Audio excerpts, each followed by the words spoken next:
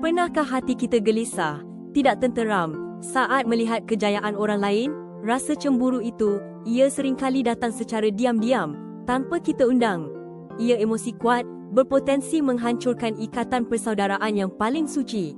Bagaimana kita mengawal hati ini dari kehancuran?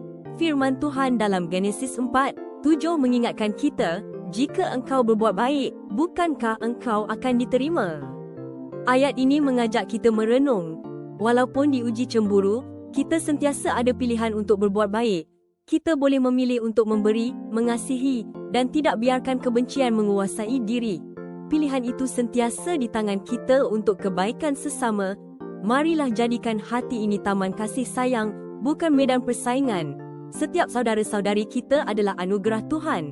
Dengan mengampuni dan mengasihi, kita bukan sahaja menyembuhkan luka hubungan, tetapi juga menemukan kedamaian sejati dalam diri. Biarlah kasih Tuhan yang agung menjadi panduan utama kita dalam setiap langkah kehidupan.